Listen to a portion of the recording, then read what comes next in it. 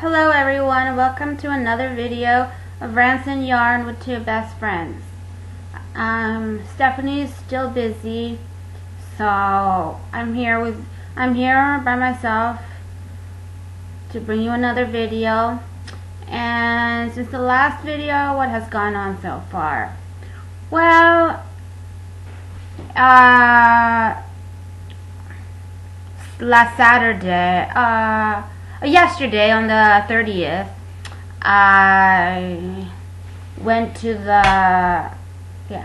it was on the 30th, I went to the chocolate festival that was in San Francisco, and it was at the Hall of Flowers that was inside Golden Gate Park. And in my opinion, it was very well planned out with all the people that came to showcase their chocolate. That part was done nicely. The only part that wasn't done nicely was that it was such a small place, and they also had to make room for a demo area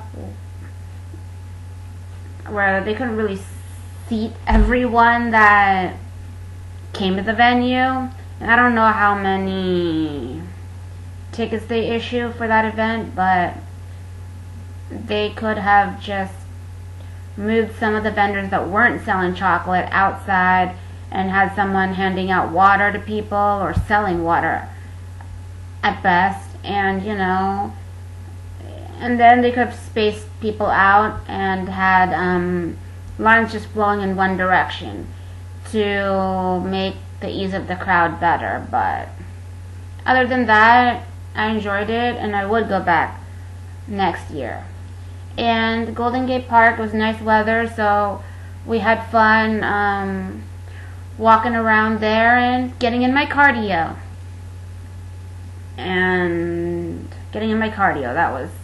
That was fun. So that was my lovely Saturday, and the rest was just typical. The rest of the week was just a typical week for me. But if you guys are like doing spring cleaning or want some comfortable clothes to add to your wardrobe, or a nice spring dress, check out my links below and see what I'm selling. I have LuLaRoe Irmas for sale, and I have a nice spring dress. It's good for the summer too. A dress that you could wear for Easter that I have for sale on my on the eBay. So you can check down that link. And yeah.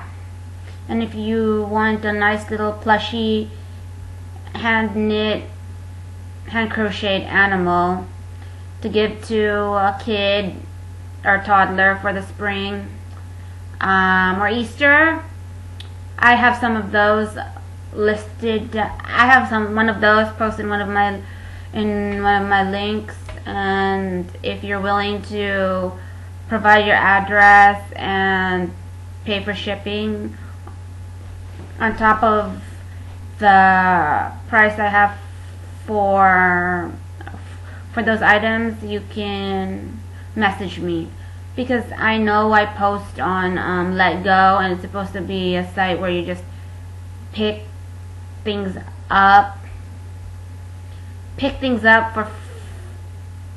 from people. But with these kinds of items, I would even just have you pay the price of the item, and I'd probably just give you the shipping for free, because I want to get all these items sold and out of my house, and so I can be able to post new items up for sale and get those all sold. Well, now we go in to the article for tonight. It's called Why People Ghost and How to Get Over It.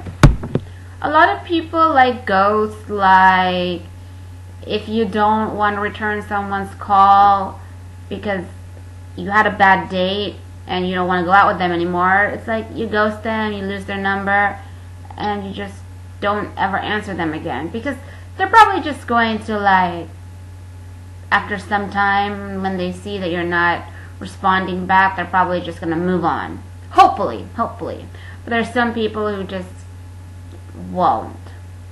Or maybe you tried to talk to them nicely, to someone you don't want to be friends with anymore, you don't want to associate with anymore. Maybe you tried to talk to them nicely and tell them why it's not going to work out, whatever the intention was, and they don't want to just let it be, so you have to ghost them because, you know, they don't stop. Or maybe someone's just rude and doesn't want to explain themselves to you for whatever reason, and then they just ghost you. Like, maybe you thought everything was going well and they didn't want to explain themselves, and they just end up ghosting you. Me, I'd rather get an explanation of why it wouldn't work to be associates, friends, or to date each other. Or even, for that matter of fact, acquaintances, you know? If they don't want to explain themselves and they just ghost you, I think that's just rude on their part, and that they don't know how to present themselves. Time to go ghost busting. Something strange happened at the coffee shop the other day. The gentleman in line in front of me, mid-40s, suit, bad haircut, ordered a latte. Whole milk, he said before changing to half and half, then almond milk. For here, he mumbled, then shook his head. No, to go. Maybe he was just having the jitters and couldn't decide what milk he wanted to use in his latte, and then maybe he saw who his date was or whom he was supposed to meet, and he didn't feel comfortable meeting them, and he probably just took it to go and, like, ghosted the person. Maybe the person hadn't showed up yet, but then he was all nervous and stuff about the situation, and he just ghosted them. I ordered an espresso. Our drinks arrived at the same time, and I picked up mine. Added sugar, sat, sipped. The latte remained at the counter, the barista calling his name over and over, but the man in the suit was gone. Why would someone order a drink and disappear? Oh! So he fumbled on what he wanted with his drink, but then when it came, he just left. I don't know if he just wants to give business to the place. He could have just put money in the tip jar, period. Or maybe he saw something he didn't like and then he had to leave. You know, but why order a drink if you're, like, in that state? Who knows? Or maybe he ordered for someone, I don't know.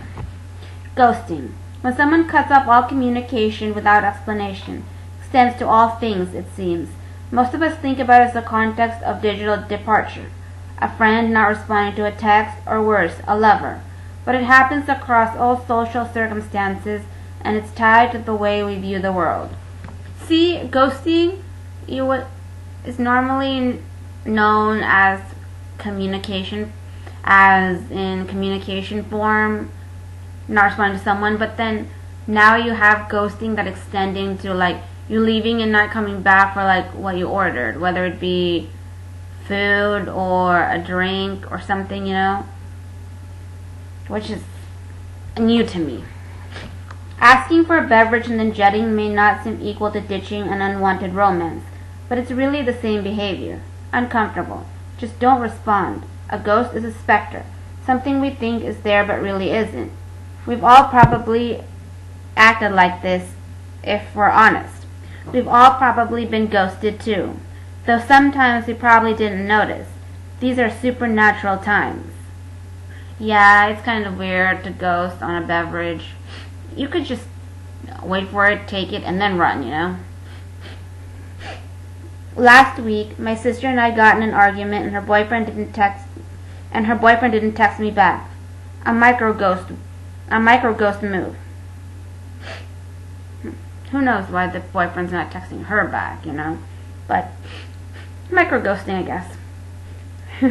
There are different levels of ghosting, said Wendy Walsh, a physiology professor named one of Time's 2017 People of the Year for her whistleblowing that helped promote the hashtag #MeToo movement. My sister's boyfriend is what Dr. Walsh calls lightweight ghosting. Oh, by just not texting, but later you see them or something. And they just pass it off as nothing. Midweight is when you've met a person a handful of times and you engage in deep avoidance, which hurts their feelings more. Of course, that would hurt my feelings. I'd want to know why the other person is like avoiding me. Because you might not be able to correct your actions of what caused the person to do that, but at least you got peace of mind that that's what it is, and you can fix it for the next time for when you meet someone else, Third wave is the heavyweight, when you've entered a sexual relationship and you leave, blindsiding the other. Oh, that's the worst. You've got into a sexual relation with someone and then you ghost them. Oh, that's terrible. If it's like a one-night stand type thing or an occasional hookup here and there and you guys don't think anything of it after the fact, that's fine. You ghost the person or you don't talk to them for like hella ever. I understand that. That's totally understandable. But in the other retrospect, if you were like regulars and then all of a sudden, without explanation, yeah, that would really hurt. Of course you get over it, but it would hurt for a while in the beginning. The pace of modern life makes it hard enough to maintain real-life friendships. It's impossible to actually be friends with everyone you're supposedly simpatico with online. Here's a good test. How many of your Facebook friends are real? If you met someone once and now they're on your feed for life, get rid of them. If a friendship feels like too much work, maybe it is. The good ones shouldn't feel like a chore on your to-do list. And the one side is doing all the communicating. Sometimes the best course is to let someone go, even if you were once close. Growing apart can be a friendship's natural evolution. Ditto for lovers, and even touchier discourse. But it's the way you let go that matters. How many of my friends are real? I have a lot of friends on Facebook that I've never really met, but I just associate with online, and that's fine. None of them care. They're just like, we say hi but that's about it, But we're all okay with that. We're not like ditching, we're not like, I'm not like going to go on an unfriending frenzy just because I don't personally know that person or I've never personally met them in my entire life.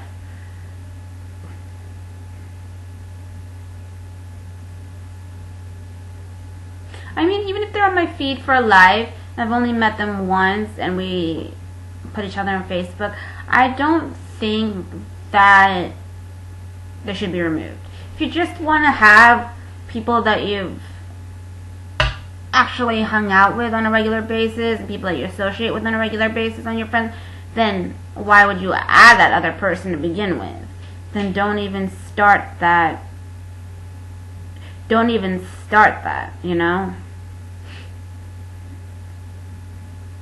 Yeah, if a friendship feels like too much work and you're doing all of it, like communicating with that person and trying to get something out of it, it's not really worth it in my opinion. Because what's worth it is like if they agree with what you want when you guys are communicating. Maybe it never works out that you guys can hang out often because life happens and life gets busy. But if that's the only reason, then that's fine.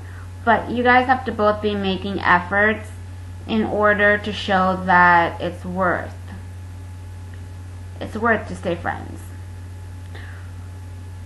When it's a lover and you guys are growing apart, that's the hard one. But you get over it eventually, people grow apart and they don't end up working for each other. But it is a even touchier discourse. Yeah, but the one that does hurt is how you go about it. How you go about letting go of the person. If you like ghosting them. Even then, when you let go of someone over the phone and you don't do it in person, it shows who you are, and it makes you more of a man or more of a woman to be able to muster up everything you have inside of you to actually do it in person, you know? Because doing it over the phone, like my ex did, that makes you look like a chicken. Like, you can't even confront someone in real life. I mean, you can't even confront someone to their face to like break up with them or to end whatever you have. That's just low of yourself. Belief, destiny, and growth.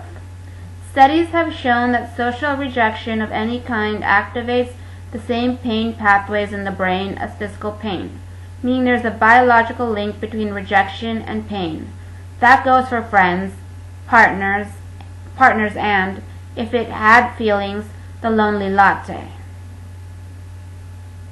Of course, ghosting is rejection. It's just a way of showing it that's not, I don't know the word for it. It's just not right way to go about it, you know? Staying connected to others have evolved as a human survival skill. Our brains have what's called a social monitoring system that uses mood, people, and environmental cues to coach us how to respond situationally. But when you get ghosted, there's no closure, so you question yourself and choices which sabotage self-worth and self-esteem. Of course, when you get ghosted, you're going to ask yourself, why? You're always going to ask yourself why, and of course it's going to hurt your self-esteem and your self-worth, because you might think you're not worth people's time because this one person ghosted you, and it's hard. It's hard for you to like comprehend, because you don't know what you have to fix about yourself, and you don't know what's wrong with the other person, and you don't want to. If you actually find out what's wrong with the other person, then you know which kind of people you need to avoid. But when it's the whole ghosting and not getting your latte type thing, maybe it's just, you know, maybe avoid. I don't know what the whole deal was with him ghosting and not picking up his latte, but he's not alone. There probably are a lot of other people who do that, and I would say it's a waste of your money to buy a latte, because they cost like more than $3 these days, and for a decent cup, I think, a medium-sized cup, I think. Some even small cups are starting to cost up. So I mean, if it doesn't really matter to you, that's fine. But you know, even if you get embarrassed, I mean, you know, you should still pick it up and be decent. And yeah, you don't get closure when people just ghost you and don't want to be with you anymore. I mean, as I've seen Charles Gross on YouTube discuss this, he has mentioned that he has been ghosted, but he has ghosted people too. Well, no. He's actually tried to talk to certain people, but it didn't work, and they wouldn't listen to reason, and they still keep harking on him, and that's when he has to like ghost them. Because, I mean, come on. When the person says it's over, it's over. Don't keep trying to push it, or try to message them, or try to like hit them up, or anything. Don't try to anything them. If they give you the final, it's over, then just accept it and move on. At least they were able to tell that to you in your face. Or maybe over the phone, who knows. But at least they were able to tell you that and give you some sort of closure. But in my opinion, doing it face to face is a little bit better.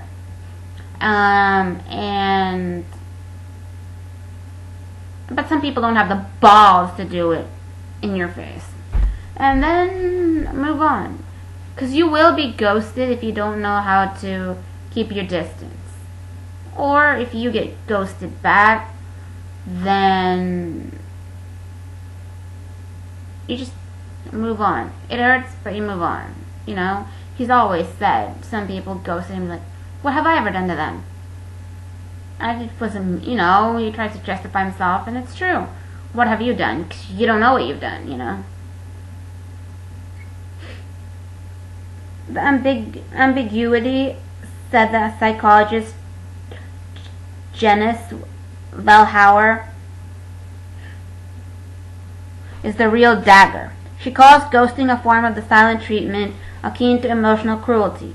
The pain it causes can be treated with Tylenol, according to multiple studies.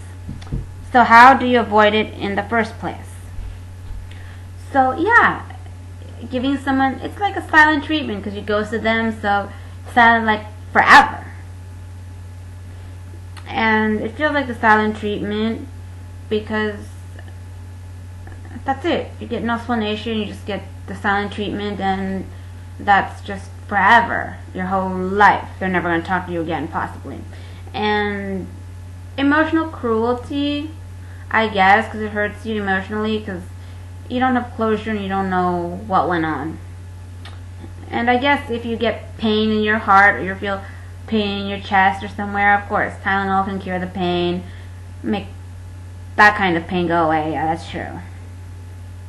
So how do we avoid it? Let's see. Well, I think I'm particularly choosy about who I tend to interact with, said Dr. Vilhauer, the former head of Los Angeles' Cedars-Sinai Medical Center psychotherapy program. You get a sense early on what kind of individual you're dealing with. Of course, in the beginning you can already sense what kind of person you're interacting with.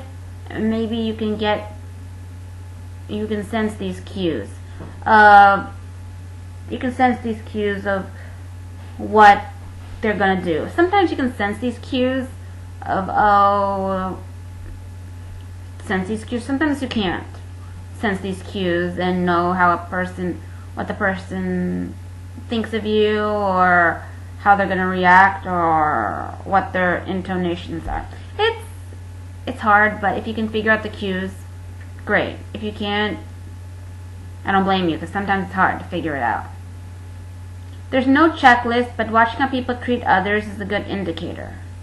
Oh, so if you're treated well, you can still be ghosted even if you're treated very well. You don't know what's going on in their brain. Well, if you're treated very badly, then you could assume to be ghosted, I guess. Or maybe not necessarily badly, but if they're shaky, then maybe you won't get an answer back from them and stuff like that. Ghosting has a lot to do with someone's comfort level and how they deal with their emotions, she added. A lot of people anticipate that talking about how they feel is going to be a confrontation. The mental expectation makes people want to avoid things that make them uncomfortable. See, oh yeah, because they don't want to go in person and try to explain themselves, they'll just ghost the person and be like, okay, I'm just going to not talk to them anymore, and it'll be fine. I don't have to explain myself to them or tell them why it's not going to work out, you know. I'm just going to not say anything, and then they can just get the hint that we're done, moving onward, you know. But not everybody is like that. People want to know why they're being ghosted, why it's not, they want closure, they want to know why. Yeah, of course, they're going to backtalk, and maybe that's what you can't handle, but that's normal. they're gonna backtalk and try to, argue with themselves or just agree with you, and let you go. But it's not always that simple. Like my ex, I guess he didn't want confrontation, and he didn't want to see my reaction or my crying face, and it would made him easier just to do it over the phone, so he wouldn't have to deal with all that emotional drama that I would spew at him. Because of course I would spew things in his face, I would spew things on the phone, but he could hang up and be done with it. He doesn't have to keep going. Of course, even if you do it in someone's face, you can just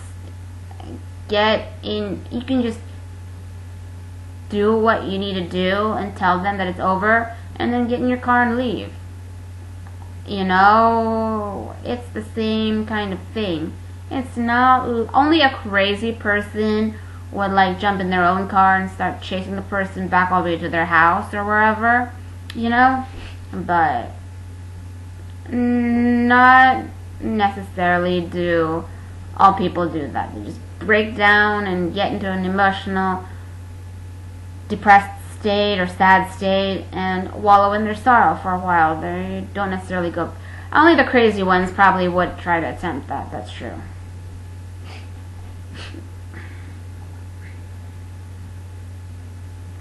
When it comes to complex relationships, the ease and sheer volume of a choice is making us numb emotionally, Dr. Willauer said. And that's true. In the dating world, where people are meeting a lot of people outside of their social circles, that creates a level of feeling that you don't have a lot of accountability if you ghost someone, she said. Their friends don't know your friends, so it's easy to do if you're never going to run into them again in real life. I mean, yeah, because when you're like dating, it's like you're dating someone new and you're just barely getting to know them. Maybe they haven't even introduced you to their friends yet and stuff like that. So it's easy to ghost because you're never going to be able to find them again. Because if they unfriend you off of Facebook, you can try to add them back, but if they don't add you back, that's it. Not all Facebooks are public for you to see what their next moves are and what they're doing. I mean, so it's easy because you don't know their friends personally, so you can't go to them and start asking them questions. But yeah, and I don't think in the beginning stage of a relationship you even actually totally know where they work, maybe, and stuff like that, so you can't go track them down that way. But if you do, of course you can, but then you'll just embarrass yourself by going into their work. But there are lots of people who do that because they want to get closure. What we really want. According to Dr. Willauer, who is in a long-term relationship that began on a dating site, the flip side is a subset of the population looking for real connection. You want real connection, of course. You look for people online and you start dating them. You do online dating, and then when you guys get comfortable enough that way, you meet up with each other in a public setting and then go from there. But sometimes people never move from the online dating into the actual real world setting. So, and then you can get ghosted by that because there are always ways to block people so you're not able to talk to them again, or see anything about them again. And no matter what you do, unless you're a genius at hacking, then if you're a genius at hacking, then you can see what they're up to. But if you're not a genius at that, then that's it. People are craving authenticity, she said. For those looking for love in online emotional echo chambers, the more you date, the more it feels unsuccessful. The more you get discouraged. Of course, when you're online dating and you find one person, it doesn't work out, and you keep trying to look for multiple people, maybe you guys meet up and it doesn't work, or maybe you don't even get to meet up because it doesn't work, the online part. So that's where it gets difficult, you know. She added, being vulnerable is the #1 thing that creates intimacy between people, and if you worry about being hurt all the time, you're not able to be vulnerable, and it affects the quality of your connection. Of course, you're always going to be vulnerable to getting hurt, but that comes with every relationship, not just intimate ones, even friendships and associates. Because associates can stab you in the back, no problem. Some people don't even have a problem stabbing their coworker in the back because they're like, well, it's not going to affect me. It's not going to affect me, and I'm not really hanging out with them outside of work, so what gives? And when it's best friends, when it's like friends, not just best friends, but friends that you're close with, of course it's vulnerable because they can be backstabbers too and hurt you in some way. And when you're intimate with someone, of course, you're always worried about how you can get hurt, but it comes with the territory, you know? They can hurt you by what they say to you and their actions towards you, or the actions that they don't show towards you, or how they present themselves and what they do, you know?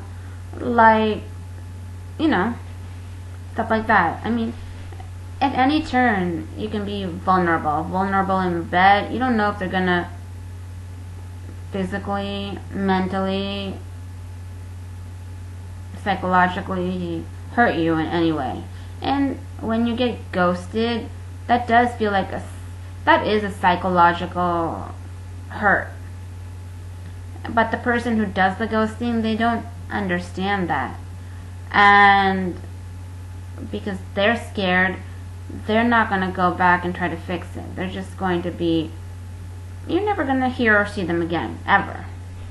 Or they're just going to disappear, and you're going to try to look for them, and you won't be able to reach them.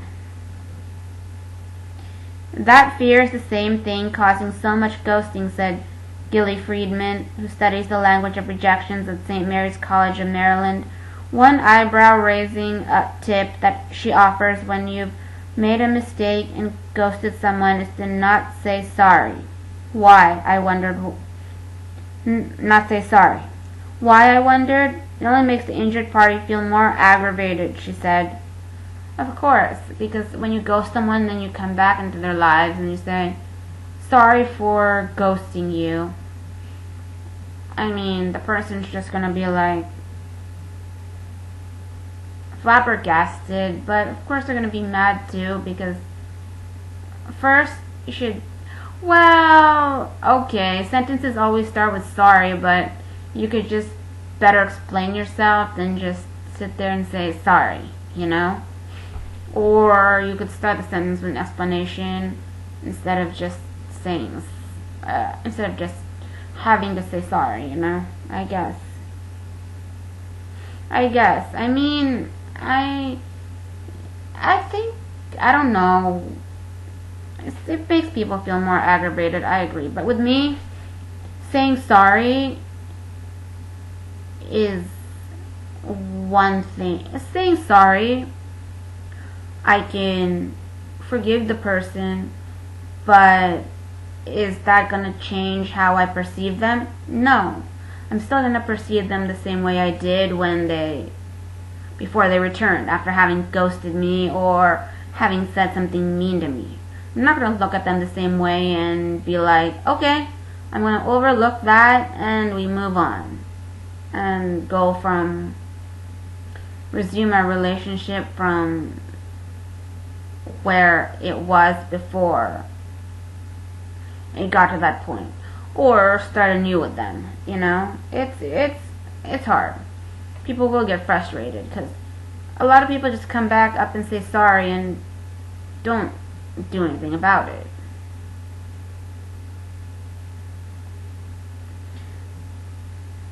In a 2018 paper, Dr. Friedman discovered ghosting has a lot to do with how we feel about our future, or whether we think our mate is the one, which is the question of belief versus destiny. Either someone believes their relationship is capable of growing, or they're seeking an archetypical partner. What's typically called a soulmate. I mean, some people, they just ghost a woman and leave them at the altar, and I'm like, now that's big. That's a big one. If that were me, I'd catch their ass, or I'd ask for help to catch their ass, because I'm like, okay, I already prepaid for all these things, wedding related, and I've already prepaid for all the wedding everythings, and I'm not going to be able to get my money back from my share of what I paid for, and it's going to blow, because that's a lot of money spent on a wedding. Or some people just spend minimal, but it doesn't matter if a lot of money or no money was involved in the wedding, but just being stood up and ghosted at the altar, no, that's a big hurt. And that questions your life if you'll ever find a man that will actually live with you, get married to you, and live with you for the rest of your life, That gives you a lot to question. But people see something that they deem an impasse in their relationship, and they're not even there to try to work it out. They just automatically deem that it's not going to work out, and they don't want to talk about it, and they don't want to give you another chance to try to work it out. They just end it and ghost you. And that's kind of what happened with my ex. He just told me over the phone what the issues were, and he wasn't going to give me another chance to do something about it. He was just automatically ending it right then and there, And I believe that's not fair. After you talk to someone in person and then give it some thought and then talk to them on the phone, I mean, at least give them another chance.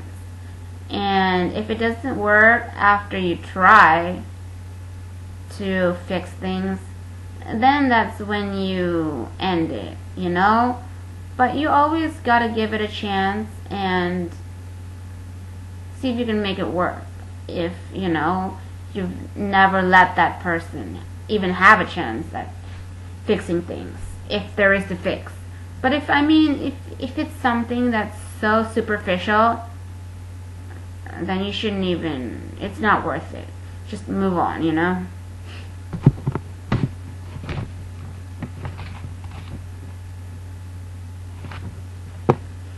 Individuals who have stronger destiny beliefs are more likely to ghost, she said. If you're with someone and you realize they're not the one for me, you're going to think it's not much of a point to put in the effort, so you ghost. These people believe relationships are either going to work out or not. And I agree. You probably get with someone, and after 3 years you believe in the beginning it was going to work, but then after 3 years you're like, it's not going to work anymore. Then you talk to the person, explain to them why, and if you're not looking for fixes, like my ex wasn't looking for fixes, I guess, so you end it. But you talk to them about it. You don't just ghost them and say, well, I'm just going to ghost them, and then they'll come to their own conclusion that it's over, Really? Of course I'd come to that conclusion eventually, but really? You don't have the guts and the balls to like go up to someone and tell them to their face what it really is? Those who with less of a fixed mindset exhibit fewer feelings of helplessness and express themselves in conflicts with romantic partners.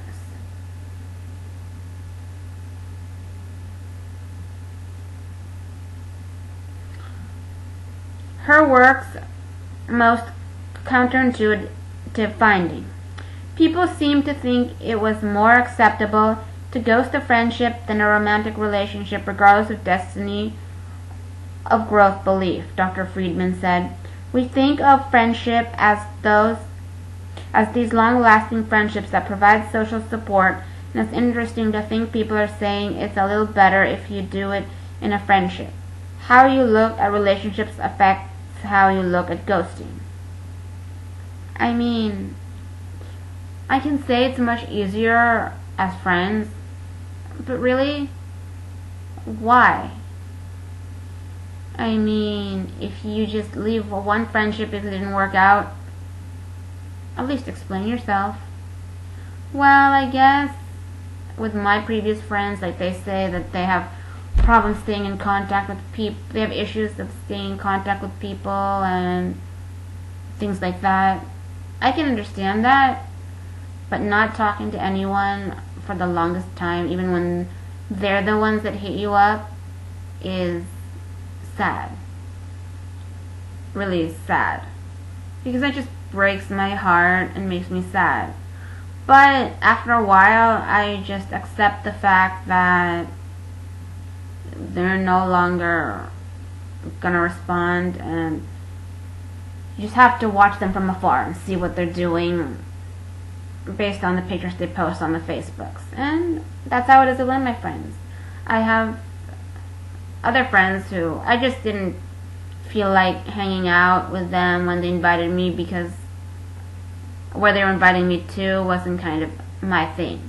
But then I let them know that, and that was legit. There was no ghosting there. But when push comes to shove, people will think, oh, it's just a friendship. That's way easier to just like end the friendship and just depart. And that's not the right way of thinking of things.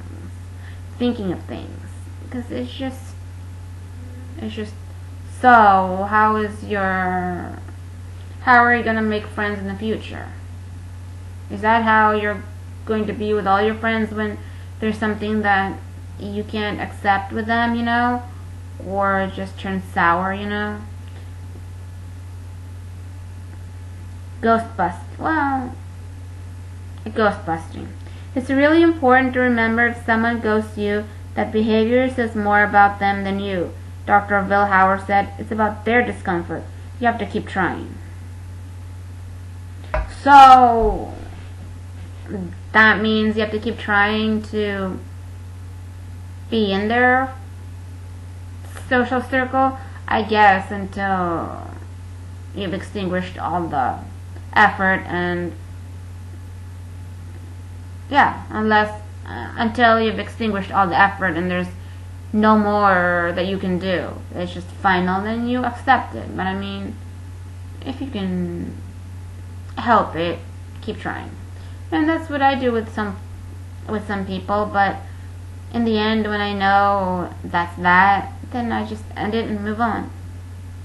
One way to avoid this cycle is modifying how we reject people, suggests Dr. Friedman. Yeah, you can't just reject someone and say that because you don't like one thing, okay, it's over. You explain it to them, and if it's really a deal breaker, then you end the friendship amicably and not by just ghosting someone. Don't apologize, she said, but be honest about boundaries, whether it's going to a movie with someone or spending the rest of your life together.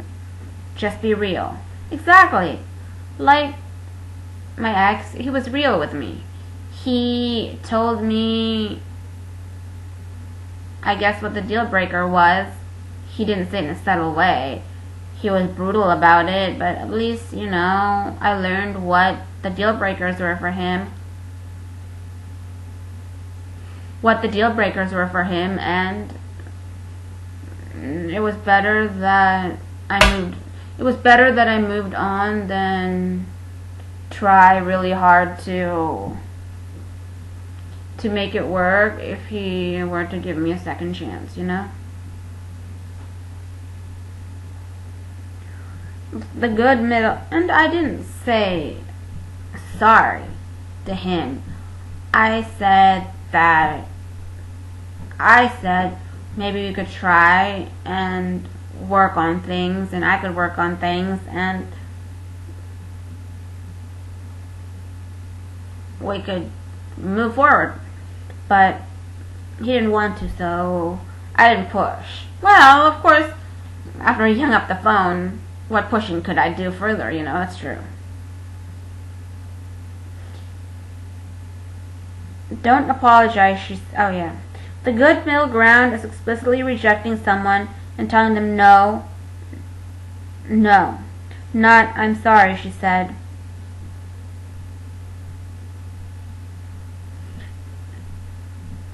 Yeah, everyone says, I'm sorry, it's not you, but it's me. And you can just say, no, it's not going to work out anymore because, I guess you have to be blunt. It may sound harsh, but it's better than being left in limbo. Yeah, that's true. It's better than being left in limbo. Say, no, it's not going to work out, and here it is. You don't have to be sorry, because the other person's still going to feel the hurt no matter what. That may be why so many daters don't get the hint and keep texting. That ostracism leads to rage, frustration, and further alienation. Of course, if you try to keep texting someone and then you already keep explaining to them why they have to stop and they don't take the hint, of course you're going to block them and ghost them. I get that. I totally understand that. Some people, they won't listen to reason, and they think that they'll have a second chance and a shot. I mean, like, really? Move on, sir. There is someone out there for you. There is. I'm telling you that. Or maybe, well, in some instances, people get old and they never find anyone. And that's a poor cry and shame. I mean, But it happens to some people.